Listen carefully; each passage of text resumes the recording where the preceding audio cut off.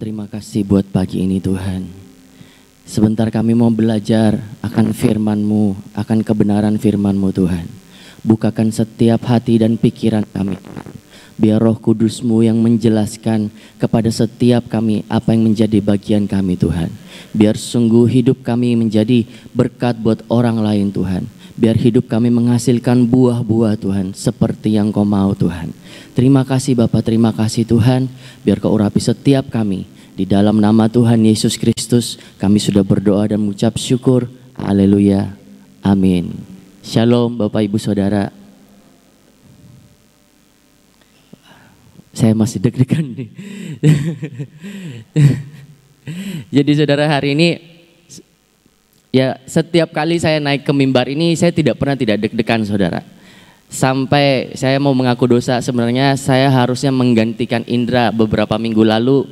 Tapi waktu itu saya diajakin ke Bandung sama Ibu Nani dan katanya boleh nginap. Wah, saya langsung WA Indra, saya nggak bisa gantiin karena saya mau ke Bandung, saya pulang hari Minggu gitu. Tapi ternyata saya lolos di Indra, saya dapat dari Ciguatlan. Jadi tetap aja saya harus sharing hari ini saudara. Saudara, hari ini saya mau sharing tentang sesuatu karena ini masih Agustus. Jadi saya mau sharing tentang yang namanya pahlawan yang tersembunyi. Tapi sebelum itu saya mau nanya dulu ke kita saudara. Siapa yang mau terkenal saudara? Pasti semua pengen terkenal kan? Gak mungkin, saya gak percaya kalau tidak ada pengen terkenal. Cuman malu aja kalau secara rohani. Siapa yang pengen terkenal? Saya, wah malu, tidak rohani. Benar gak saudara? Ya kan? Sombong pengen terkenal. Tapi saya percaya di dalam hati kita ada bibit-bibit pengen terkenal dan pengen dapat validasi, pengen dilihat orang, itu ada saudara. Karena kenapa? Terkenal itu enak. Saya dulu bergaul dengan orang-orang terkenal saudara. Dan privilege-nya itu banyak banget. Semua dapat gratis saudara. Itu hampir tiap hari makanan endorse, baju endorse, kita tinggal di villa-villa mahal itu endorse, semua gratis. Kita mau masuk kemana, kalau di Jakarta waktu itu teman saya, kita masuk ke Jakarta di Union kan. Dia punya member VIP, jadi kita nggak perlu antri. Orang ngantri, kita cuman antrian paling depan. Jadi ada yang keluar, kita diutamakan karena kenapa? Mereka punya privilege. Betul nggak saudara? Pas nggak mungkin nggak pengen terkenal. Karena kenapa? Itu sangat banyak membuat hak istimewa. Kita bisa masuk kemana aja dengan mudah. Karena kenapa? Sudah dikenal. Anak-anak Tuhan contoh, kalau bilang, oh saya tidak pengen terkenal. Tapi setiap kali selfie upload di Instastory, bener gak? Selfie, lagi makan, lagi apa, kalau tidak di Instastory ya WA story lah ya minimal. Buat apa saudara? Pamer makanan? Enggak juga. Enggak lah, biar orang tahu saya lagi makan di resto ini. Saya juga dulu gitu saudara, kalau masuk hotel sekalipun itu hotel endorse teman saya, wah saya udah videoin mulai dari pintu masuk, kamar mandi, semua kamar yang mewah. Terus saya upload di Instastory biar apa, teman-teman saya, wah kaya ya, padahal itu endorse. Karena kenapa? Saya butuh validasi. Saya butuh dikenal orang. Saya butuh teman-teman saya itu muji saya, mengagumi saya dengan semua apa yang bisa saya perlihatkan dan saya pertontonkan ke mereka. Bahkan curhat pun, ibu-ibu pasti banyak curhat di Instastory ya. Yang tidak bayar utang, curhat di Instastory. Nagihnya susah, lebih galak daripada yang utang, ada gitu, benar ya saudara? Ini ya pokoknya semuanya dicurhatin di Instastory, di Facebook. Pasti banyak yang curhat di situ. Dulu saya juga seperti itu saudara. Tapi sekarang tempat curhat saya bukan lagi Instagram, bukan lagi Facebook, bukan lagi yang lain, WhatsApp story. Sekarang tempat curhat saya itu apa? Doagram, ya, doa book. Jadi ini sekarang saya punya tempat curhat yang paling, buat saya paling keren lah. Ada Taman Tuhan saudara. Itu tempat curhat paling enak sudah. Karena tidak ada orang, tidak ada, kita bisa tenang ngobrol semaunya sama Tuhan. Terus apalagi yang kita butuhkan pada saat kita terkenal? Kita pengen orang-orang itu seperti ini. Bahkan ini orang-orang yang secara rohani pun, anak-anak Tuhan tuh pengen nih kalau saya upload ayat ini orang bertobat. Terus ngomong, wih ayat kamu memberkati saya loh. Benar gak saudara? Ayo ngaku. Iya kan? Pengen upload. Bahkan kebaikan pun di-upload. Contoh, ngasih orang makan tuh di pinggir jalan, difoto, sambil pegang nasi bungkus foto gitu kan, upload di Instagram atau di story. Sampai satu waktu orang-orang yang difoto itu ngomong kayak gini, ya ampun cuman karena nasi bungkus saya terkenal satu Indonesia. Akhirnya mereka kadang kalau mau difoto mereka nggak mau. Dikasih nasi bungkus, kasih beras, difoto gitu kan, upload di Instagram, upload di Facebook.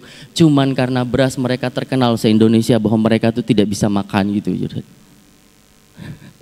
Itu serem saudara. Apa karena mereka? Enggak, karena orang-orang yang butuh validasi. Terus ada yang bilang, tapi kan saya upload itu supaya apa?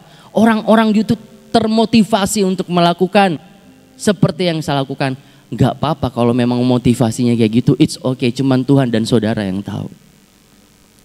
Tapi kalau motivasi hatinya sudah berbeda saudara, itu bisa salah di hadapan Tuhan.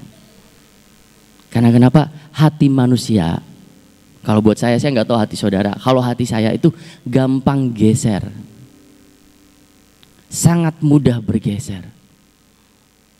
Dengan semua hal-hal itu.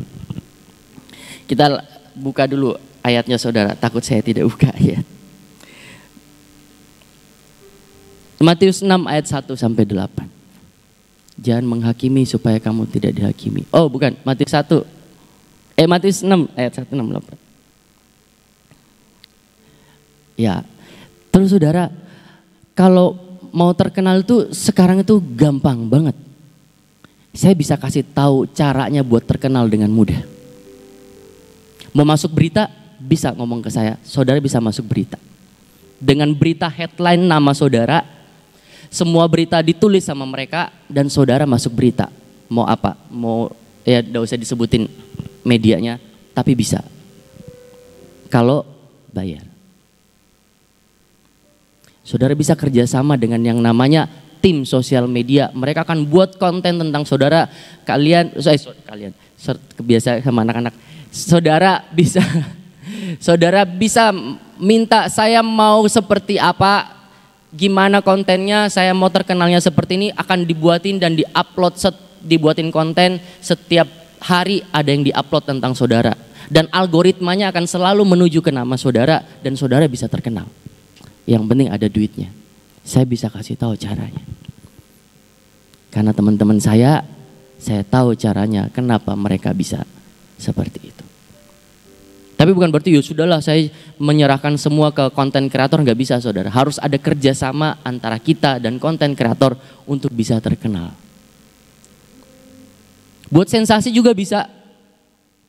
Tanpa harus konten kreator, buat sensasi di sosial media bisa terkenal. Semua bisa saudara. Saya tahu caranya. Karena saya pernah ada di dalamnya. Sangat mudah orang terkenal. Ya. Tapi kita lihat dulu nih. Matius 6 ayat 1.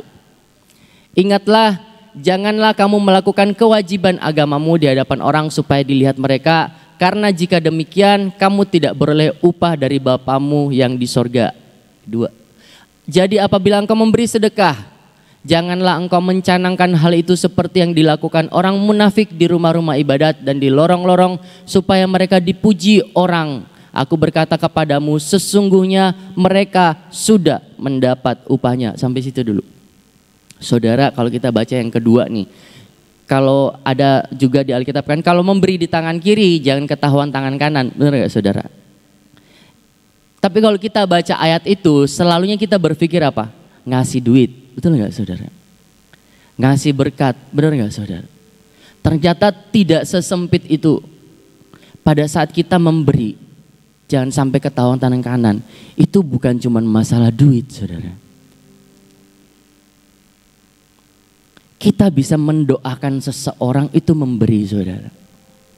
Tapi seringkalinya kalau kita misalnya kita mendoakan orang, terus itu terjadi sesuatu sama orang itu, pasti kita, tuh karena saya yang doain loh itu. Itu waktu itu saya doain sampai dia nangis gini terus akhirnya berubah. Buat apa saudara? Itu udah ketahuan tangan kanan saudara. Upahnya apa? Saudara sudah dipuji orang dan upah dari surga tidak saudara terima. Kita bisa mendoakan orang saudara tanpa ketahuan orang lain. Karena kenapa? Biar Bapa kita yang di surga yang melihat apa yang kita berikan. Dan upah yang dari surga itu kita terima. Rugi loh saudara kalau kita terima pujian di dunia. Tetapi di surga itu kita tidak dapat apa-apa. Rumahnya tetap segitu-segitu aja. Mungkin bentuk tanah lapang tidak ada bangunannya, itu buat apa saudara?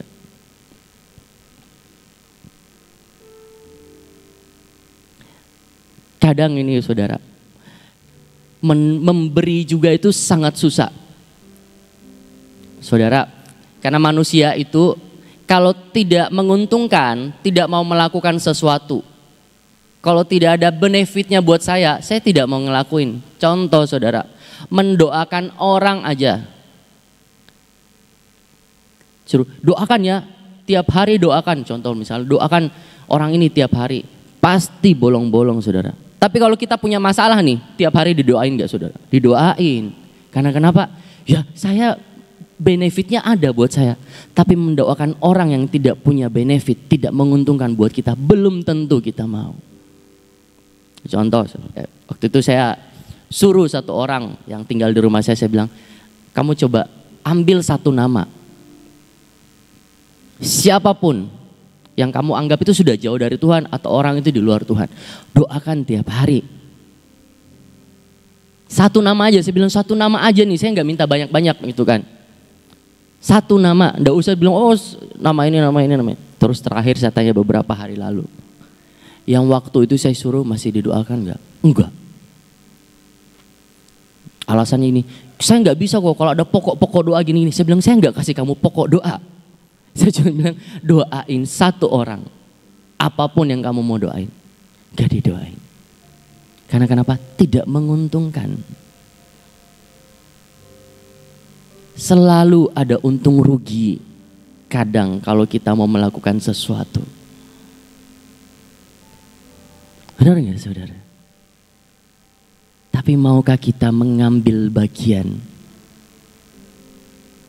yang tidak terlihat? Ataukah kita mau melakukan pada saat itu kelihatan sama orang lain? Saya punya cerita satu anak SMP yang ada di tempat saya. Pada saat liburan, dia itu bergurunya bukan sama pelayan atau hamba-hamba Tuhan di gereja. Dia bergurunya sama siapa saudara? Sama Pak Peot. Bayangin, ada yang mau mewarisi Pak Peot loh, bayangin ya. Mewarisi apa saudara? Nyalain lampu tiap pagi. Itu anak SMP. Terus saya tanyain, kenapa kamu mau nyalain lampu tiap pagi? Jadi dia kalau waktu liburan waktu itu, dia datang paling pagi buat nyalain lampu kita PW. Setelah itu dia di atas, ngikut PW, pulang, baru dia pulang. Dia ngomong gini, itu anak SMP, saya tidak pernah ngajarin saudara. Dia ngomong kayak gini, saya bilang kenapa kamu sih itu lampu, kamu ikutlah nari kayak singer, kayak usher, kayak atau apapun. Dia ngomong kayak gini, kok saya tuh pengen ambil pelayanan yang tidak mau diambil sama orang lain. Dia bilang nih, saya tidak butuh kelihatan, yang penting Tuhan tahu hati saya mau melayani. Dia ngomong kayak gitu saudara, anak SMP. Saya pun seperti digampar sama anak SMP dengan kata-kata seperti itu. Saya tidak mau ambil pelayanan yang dilihat orang. Yang penting Tuhan tahu hati saya itu mau melayani dia. Saya mau ambil pelayanan yang tidak ada orang mau ambil di tempat itu, saya mau di situ. Dan dia setiap pagi, hampir setiap hari, pada saat liburan sekolah kemarin, dia naik ke atasnya belajar sama Pak Pet buat nyalain lampu buat kita PW tiap hari. Tidak ada yang tahu kan saudara? Gak ada. Tapi buat saya, dia itu pahlawan yang tersembunyi. Dan Tuhan sangat memperhitungkan yang tersembunyi dibanding yang kelihatan. Karena kenapa?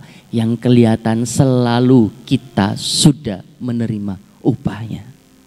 Tetapi yang tersembunyi itu hanya Bapa yang tahu dan mengerti hati kita. Bukankah ada juga ayat berkata, masuklah ke kamar doamu, tutup pintu kamarmu, jangan dilihat orang, berdoa sama Bapakmu yang di surga. Ada ayatnya saudara. Tapi seringkali kita maunya kelihatan. Waktu itu ada cerita lagi tentang satu orang yang pengen buka pelayanan. Pokoknya dia menyediakan semuanya. Dan saya tanya gini, tujuannya apa? Kalau buat cari nama nggak usah wes. Mending duitnya pakai buat menikmati hidup. Kalau cuma buat cari nama, duitnya bukan yang penting hamba nama dia naik dan sebagainya, itu buat apa saudara? Saya pernah dengar satu kutipan kata dari Kathryn Kuhlman. Dia ngomong kayak gini. Kalau itu dari Tuhan, kejar berapapun harga yang harus kau bayar. Tapi kalau bukan dari Tuhan, jangan diambil. Itu sangat merema di hati saya. Makanya saya bilang, tujuannya apa? Kalau buat cari nama, gak usah. Rugi.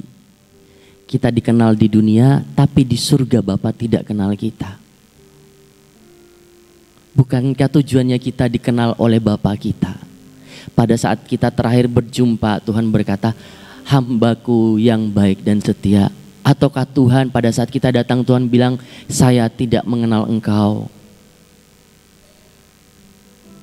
Itu saudara, itu yang menjadi perenungan saya hari ini. Saya juga belajar saudara, saya bukan orang yang, wah itu saya masih sangat banyak belajar dari senior-senior saya di tempat ini, dari Ibu Nani. Saya sangat banyak belajar.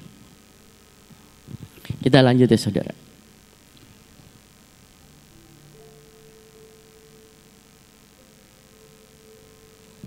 Kita baca dulu yang ketiga. Tetapi jika engkau memberi sedekah, janganlah diketahui tangan kirimu apa yang diperbuat tangan kananmu. Yang keempat, hendaklah sedekahmu itu diberikan dengan tersembunyi, maka Bapamu yang melihat yang tersembunyi akan membalasnya kepadamu. Saudara, mungkin saudara tidak tahu, kalau multimedia itu tersembunyi nggak saudara? Tidak ada yang tahu siapa nih multimedia. Yang streaming pun tidak ngerti multimedia itu siapa-siapa aja. Tapi sebenarnya perannya itu sangat penting saudara. Mereka ini pahlawan-pahlawan buat saya ya. Dan mereka punya tanggung jawab besar.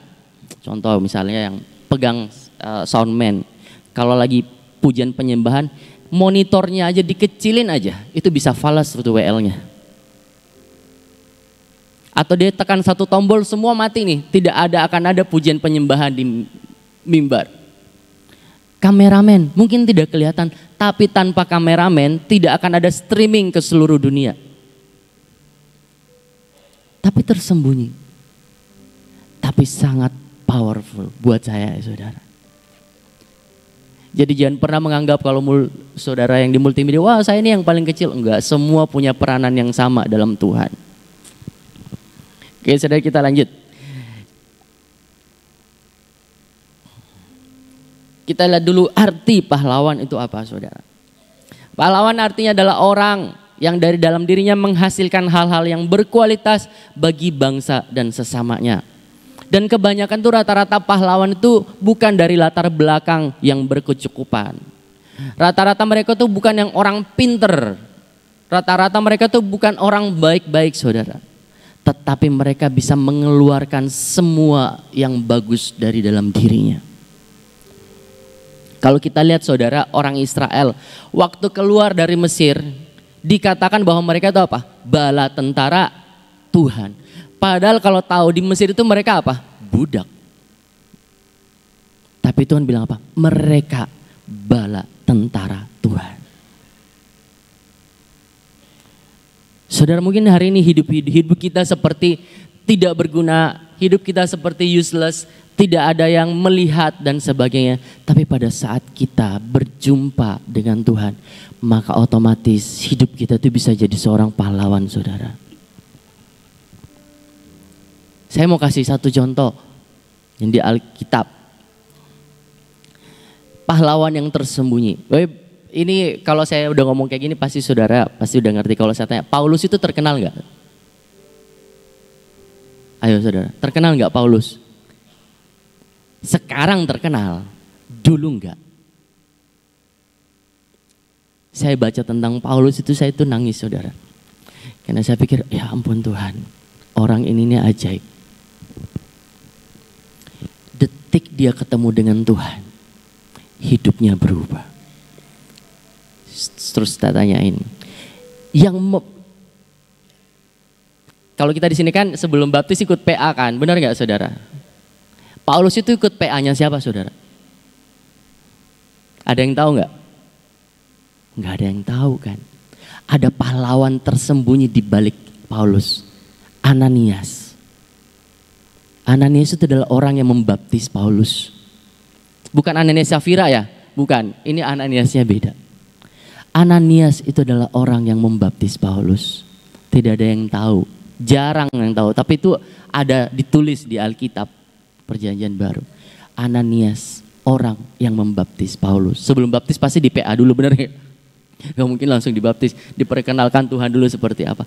Tapi tidak ada yang kenal Ananias. Tidak ada yang tahu nama itu. Nama itu tidak terkenal, tersembunyi. Tapi menghasilkan pahlawan yang besar. Siapa saudara? Paulus. Saya pernah berjumpa dengan satu orang. Ya ini bukan cerita bahwa saya pahlawan, enggak saudara. Bahwa kadang nih kata-kata kita walaupun sepertinya buat kita tuh tidak ada artinya, tapi bisa jadi itu buat orang itu segala-galanya saudara. Saya ditelepon sama satu orang, anak muda. Dia mau kayak gini, kok saya udah mau mundur. Saya udah tidak, udah nggak bisa lah jalan lagi sama Tuhan kayak gitu. Sampai sekarang pun saya lupa saya ngomong apa sama dia saudara. Tapi dia bisa cerita sama orang lain bahwa saya pernah ngomong satu kata-kata yang membuat dia akhirnya tidak meninggalkan Tuhan. Dan sekarang dia punya pelayanan dan jadi pendeta. Dan punya jemaat. Saya nggak tahu saya ngomong apa saudara. Oke, saya bilang saudara, mari setiap kali biar yang kita keluarkan dari hidup kita itu adalah kemanisan. Bukan sesuatu yang pahit, bukan satu penghakiman, bukan kadangkala kita kalau sudah lama di gereja tuh kurang mendarat saudara. Jadi kalau orang udah cerita yang aneh-aneh, pikir gitu, udah masuk neraka gini-gini, kamu bertobat aja gini-gini. Saya tidak pernah menghakimi orang saudara. Karena saya tahu saya juga bukan orang benar. Saya orang yang dibenarkan. Dan dia juga bisa menjadi orang yang dibenarkan kalau dia ketemu Yesus. Kita lanjut saudara, kita cerita tentang Paulus dulu. Paulus bukan dari latar belakang yang baik saudara. Dia memperkenalkan diri di Alkitab sebagai apa? Saya ini pendosa besar. Saya ini pembunuh orang Kristen. Tetapi setelah dia berjumpa dengan Tuhan, apa yang terjadi di hidupnya saudara? Dia yang paling depan membela Yesus. Kita lihat apa yang dialamin Paulus. Paulus itu pernah dibilang toksik, benar gak saudara? Pernah gak saudara itu ke satu komunitas terus dibilang toksik? Paulus pernah saudara. Sama siapa? Murid-murid Yesus. Pada saat dia kumpul di Yerusalem sama murid-murid Yesus, Paulus itu gak terlalu diterima saudara. Dibilang toksik. Karena kenapa? Mengajarkan sesuatu yang bukan Yahudi. Dan dia akhirnya pergi lagi keluar. Jadi Paulus bukan orang yang diterima bahkan dalam komunitas murid-murid Yesus. Tidak terlalu diterima. Sampai bahkan dia negur, kalau nggak salah dia negur Petrus waktu itu. Wah, Petrus kamu nih munafik gitu-gitu. Kita lanjut ya. Apa yang dialamin Paulus? Dia tidak pernah berhenti dari kota ke kota. Dilempar batu di satu kota, terdampar di kota lain. Pengalaman yang hampir tenggelam, hampir sama dengan jumlah dia kelaparan. Kalau dia tinggal di satu kota nih, lebih dari 1 minggu, itu bukan karena dia betah di kota itu atau healing seperti saya biasa healing. Tapi karena itu bisa jadi dia di penjara di kota itu. Ini Paulus ya saudara. Kalau dia tinggal di sebuah kota, dia tidak pernah digaji, harus bayar sendiri untuk semua perjalanan misinya, punya kerjaan sampingan buat menghidupi kehidupannya. Paulus itu bukan orang yang digaji saudara. Sekarang itu enak, kita terkenal dikit, masuk ini diundang PK banyak, benar saudara. Kalau zaman dulu nggak ada PK. Apalagi dia tidak Yahudi itu, dia tidak terlalu ini, karena dia rasul buat orang-orang di luar Israel. Orang-orang di luar Israel kan tidak mempersembahkan perpuluhan dan sebagainya pada waktu itu. Dia tidak pernah digaji. Dia kerja sampingan sebagai apa saudara? Tukang tenda ya. Kalau sekarang mungkin kontraktor kali ya. Kan bangun tenda saudara, bangun rumah. Tapi dia melakukan itu tanpa pengen validasi. Tanpa embel-embel pengen namanya digoreskan. Kalau kita lihat saudara, Paulus itu tidak ada kepengenan namanya itu pengen tertulis di Alkitab, itu tidak ada kebayang waktu itu sama dia. Tapi kalau kita lihat saudara ya, sampai ribuan tahun namanya terkenal. Bahkan itu mempengaruhi kekristenan di seluruh dunia. Hanya dari satu orang yang bisa disebut sebagai apa? Pahlawan tersembunyi. Maukah kita menjadi pahlawan tersembunyi saudara, atau kita harus terlihat? Kadangkala juga, ini saya lanjut tentang Paulus ya.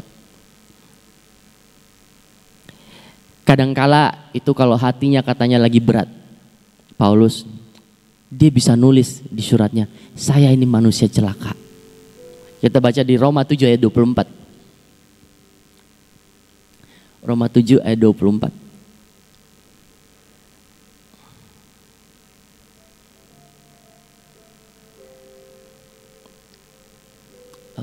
Oh ya, aku manusia celaka, siapakah yang akan melepaskan aku dari tubuh maut ini?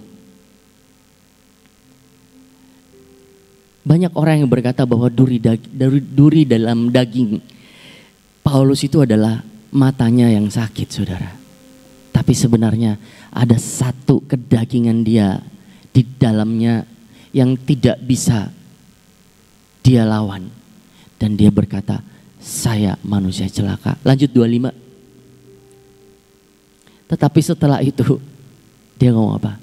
Saya ngucap syukur kepada Allah oleh Yesus Kristus Tuhan kita. Ini entah berapa lama dia ngomong saya manusia celaka, sampai dia bisa menulis syukur kepada Allah. Itu perjuangan pergolakan dalam dirinya dia saudara. Yang tidak ada satu orang pun tahu nangis-nangisnya Paulus. Kesendiriannya dia, kesepiannya dia, tidak ada satupun yang tahu saudara. Tetapi Tuhannya, Bapaknya tahu dan selalu menghiburkan dia.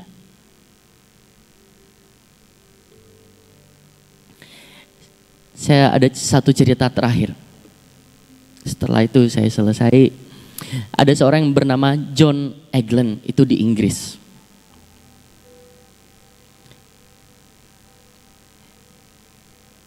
Dia bukan pengkhotbah saudara. Dia itu hanya jemaat biasa. Tetapi pada saat satu waktu bersalju, semua orang itu tidak ada mau ke gereja karena badai salju. Tapi John Eglin ngomong, enggak lah, saya harus ke gereja lah. Saya harus menembus badai ini dan saya harus ke gereja. Dan setibanya dia di gereja, ternyata di gereja itu tidak ada satu petugas pun. Tidak ada satu hamba Tuhan pun yang datang. Tetapi ada jemaat. Mau tidak mau dia harus naik dan berkhotbah. Tiba-tiba pada saat dia berkhotbah, dia menunjuk ke satu anak. Dan cuman ngomong gini, kamu ya pandang sama Yesus, lihat Yesus, hatimu harus ke Yesus. Cuman ngomong gitu doang saudara. Dan saudara tahu, setelah bertahun-tahun, anak itu namanya Charles Haddon Spurgeon. Setelah bertahun-tahun, dia adalah raja pengkhotbah di Inggris. Hanya dari satu orang yang namanya Eklund. Bukan hamba Tuhan, tidak ngerti khotbah, jemaat biasa. Tetapi kata-katanya membuat satu orang menjadi raja pengkhotbah. Yang dikenal bukan Eklund itu dikenalnya pada saat apa saudara? Pada saat raja pengkhotbah ini sudah terkenal dan dia menceritakan itu. Sebelumnya tidak ada yang kenal si Eklund. Hari-hari ini saudara, mungkin kita dipanggil cuman berdoa. Berdoa buat bangsa, berdoa buat tetangga, jangan jauh-jauh tetangga saudara. Buat keluarga sendiri dulu, karena saya di rumah itu banyak anak-anak, keluarga sendiri dulu aja itu susah banget saudara. Buat damai dan bersuka cita, keluarga sendiri doa saudara. Baru selalu itu tetangga dan sebagainya. Mungkin saudara bilang, wah saya ini bukan hamba Tuhan, doa saya mungkin cuma satu tetes lah, tidak kedengaran gitu saudara. Tetapi tanpa satu tetes doa saudara, cawan itu tidak penuh. Benar gak saudara? Kurang satu tetes pun itu cawan penuh atau enggak? Enggak saudara. 1 miliar kurang 1 rupiah bisa disebut 1 miliar gak saudara? Enggak bisa. Mungkin saudara yang 1 rupiah, tapi itu sangat berarti buat orang-orang di sekitar saudara. Tanpa saudara sadar, tanpa saudara tahu. Mari jadi pahlawan-pahlawan tersembunyi yang hanya diketahui oleh Bapamu yang di surga. Maka upah kita adalah upah yang dari surga. Tuhan Yesus memberkati. Ya, pahlawan yang tersembunyi, faceless generation. Ya, kita harus belajar untuk begini. Biarlah kita ini mendapatkan upah yang tidak terlihat saat ini, tapi itu merupakan suatu simpanan yang bakal kita terima saat kita pulang kepada Bapa. Ya, saudara, sebenarnya firman Tuhan mengatakan, kalau kita melakukan segala sesuatu di dalam dunia ini, firman Tuhan menjanjikan, engkau akan mendapat upah di surga dan engkau juga akan mendapat upah di dunia. Ini janjinya. Jadi sebenarnya yang Tuhan rindukan adalah lakukan bagian kita tanpa memperhitungkan untung rugi. Ya.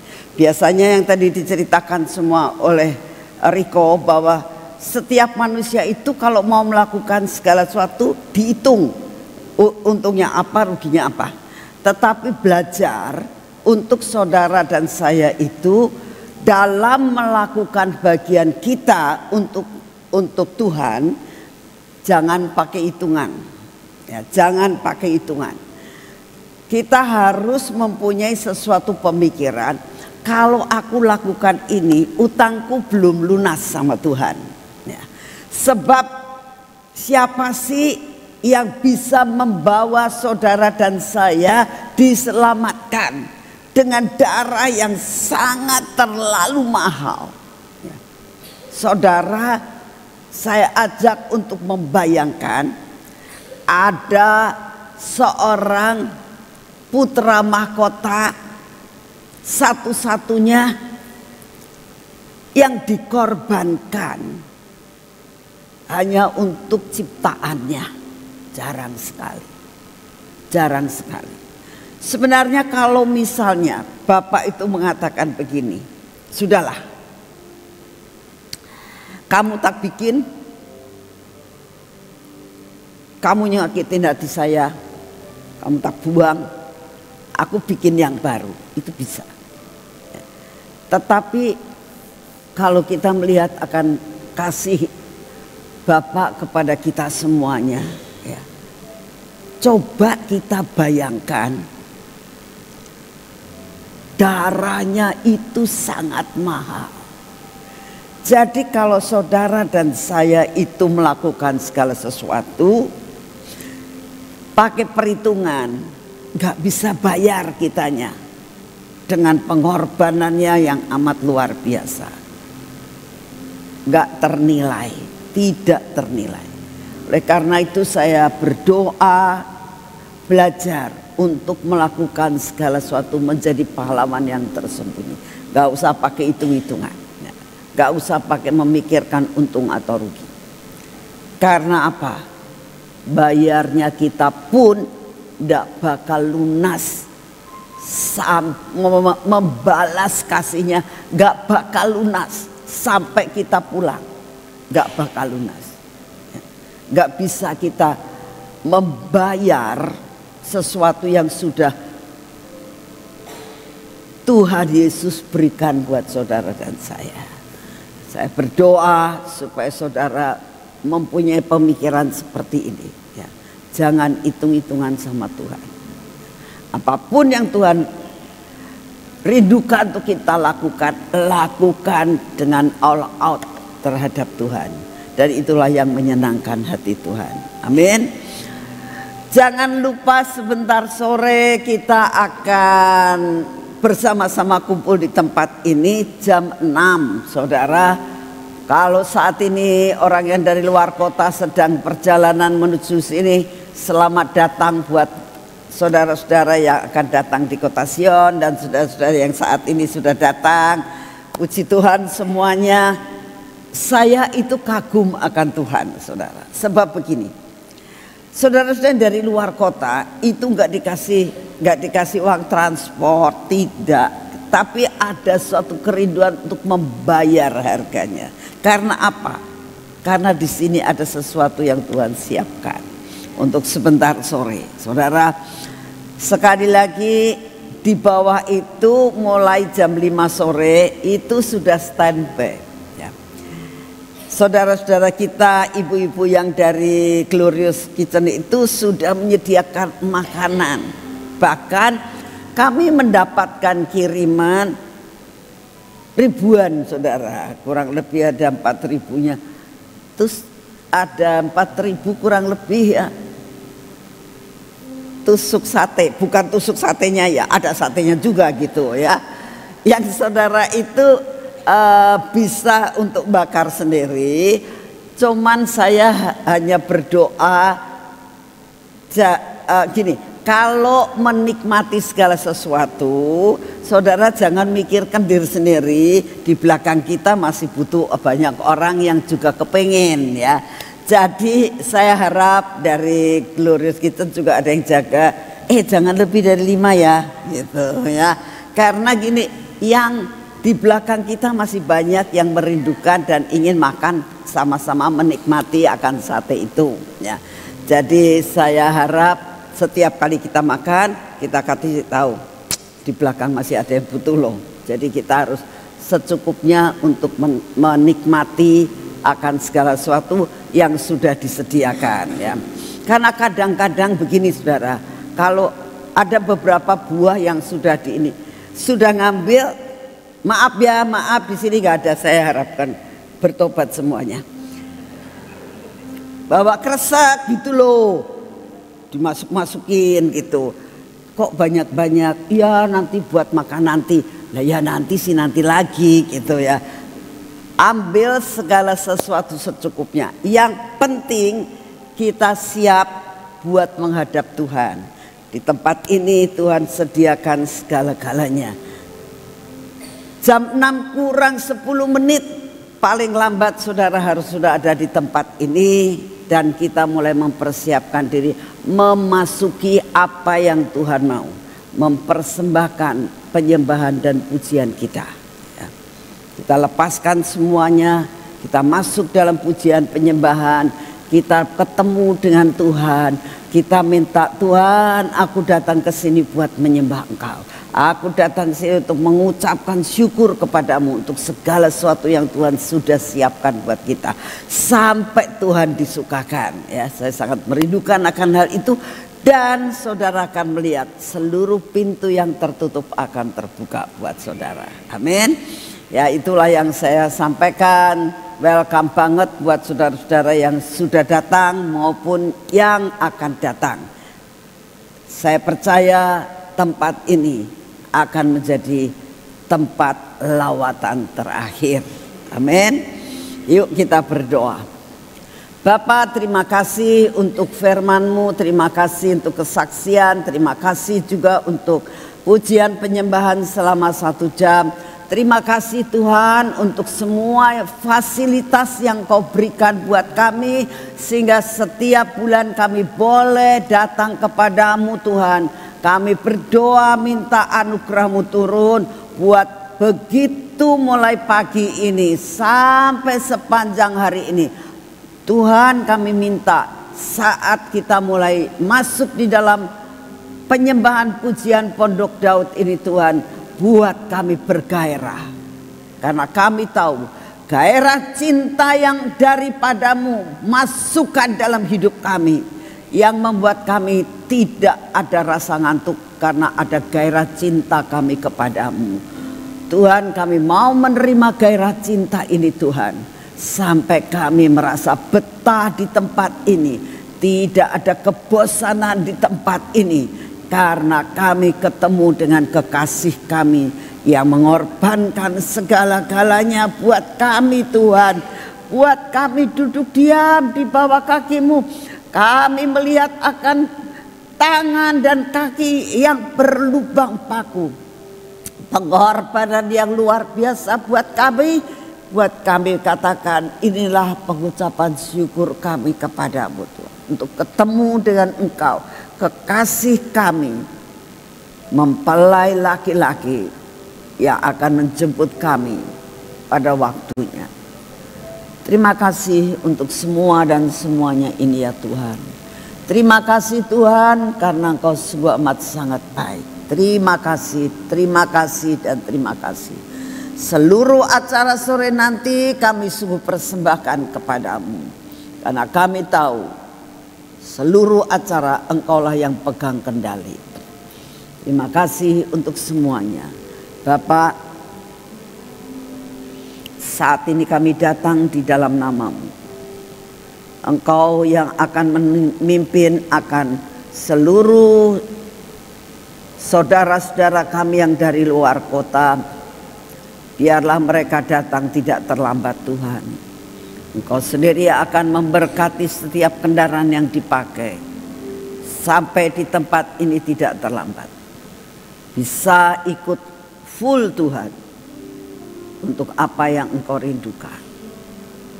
Kami berdoa untuk saudara-saudara kami yang baru pertama kali ikut ambil bagian dalam penyembahan pujian ini. Berikan kepada mereka kebetahan, berikan mereka ketagihan Tuhan. Untuk setiap kali menanti-nantikan akan apa yang sedang Kau kerjakan setiap bulan di tempat ini. Terima kasih Bapak, Engkau sungguh amat sangat baik. Engkau luar biasa atas tempat ini. Biarlah tempat ini Engkau pakai sampai kedatangan-Mu kedua kali. Biarlah tempat ini Engkau turunkan Tuhan, hujan lawatan awal dan hujan lawatan akhir. Biar terjadi perkara-perkara yang ajaib di tempat ini, menutup akan semua lubang yang ada. Engkau menjawab setiap doa yang dinaikkan. Engkau akan memberikan jalan keluar apa yang kami semua sedang rindukan. Engkau akan buat lawatan yang luar biasa ya Tuhan. Sampai setiap ciptaan-Mu dalam dunia ini, ciptaan yang terindah, ciptaan yang termahal, yaitu manusia, boleh mendengar akan kabar kesukaan, boleh mendengar kabar keselamatan, sampai tidak ada satupun telinga yang tidak mendengar bahwa Engkaulah satu-satunya jalan kebenaran dan hidup.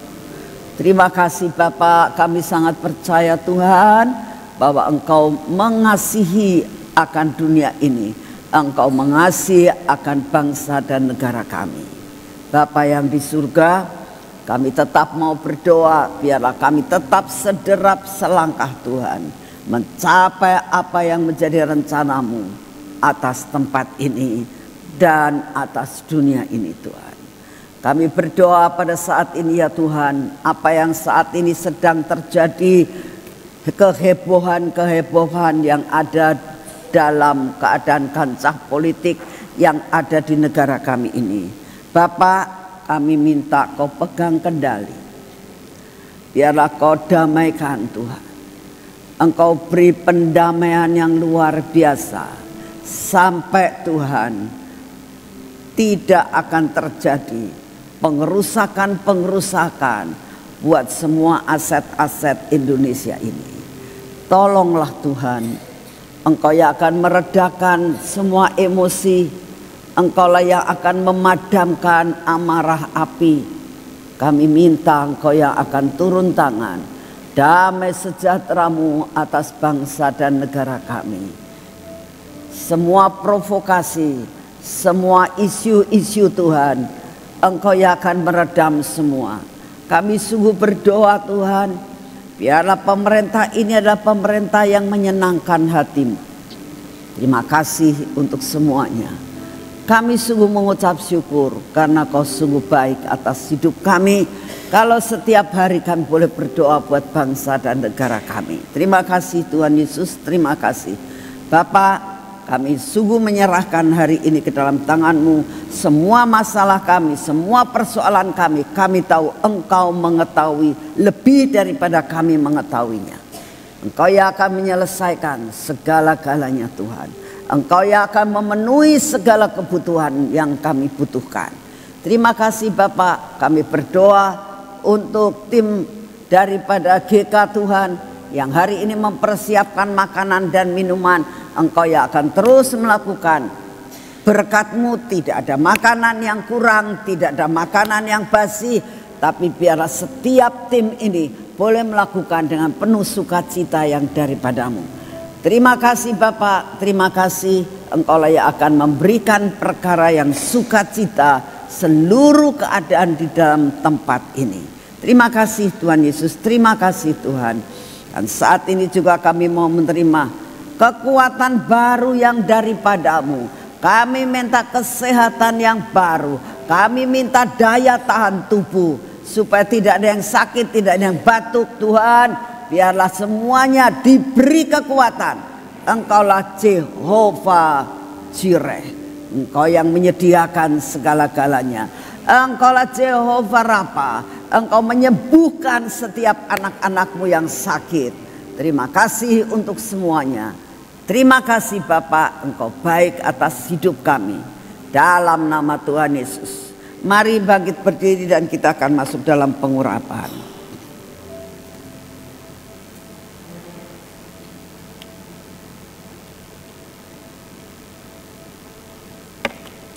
Bapak, kami mau mengatakan setiap hari kami mau mengurapi hidup kami. Karena berdasarkan firman-Mu, pada saat Daud diurapi, Roh Allah menguasai akan Daud. Biarlah Roh-Mu Tuhan menguasai kami sepanjang hari ini. Biarlah hidup kami dipimpin oleh Roh. Dalam nama Tuhan Yesus, kami mengurapi akan hidup kami. Kami mengurapi akan mata kami, telinga kami Tuhan, bibir, mulut kami, dan hati kami. Tuhan, kami minta seluruh hidup kami Engkau kuasai. Engkau lepaskan kami dari segala yang jahat. Engkau lepaskan kami daripada ketegar-tegukan kami. Buat kami Tuhan dapat punya roh ketaatan seperti Engkau terhadap Bapa. Ini tangan kami Tuhan, biar tangan kami ini adalah tangan yang diberkati. Sampai apapun yang kami kerjakan hari ini bersamamu Tuhan, semua berhasil dan mendatangkan berkat. Berkati kaki kami Tuhan, biar kaki kami hari ini mengikuti langkah-Mu. Terima kasih Bapak, segala pujian, hormat, syukur kami naikkan di hadapan-Mu. Dalam nama Tuhan Yesus, berkat Abraham, Ishak dan Yakub turun atas hidup kami. Amin. Selamat pagi, Tuhan memberkati saudara semua.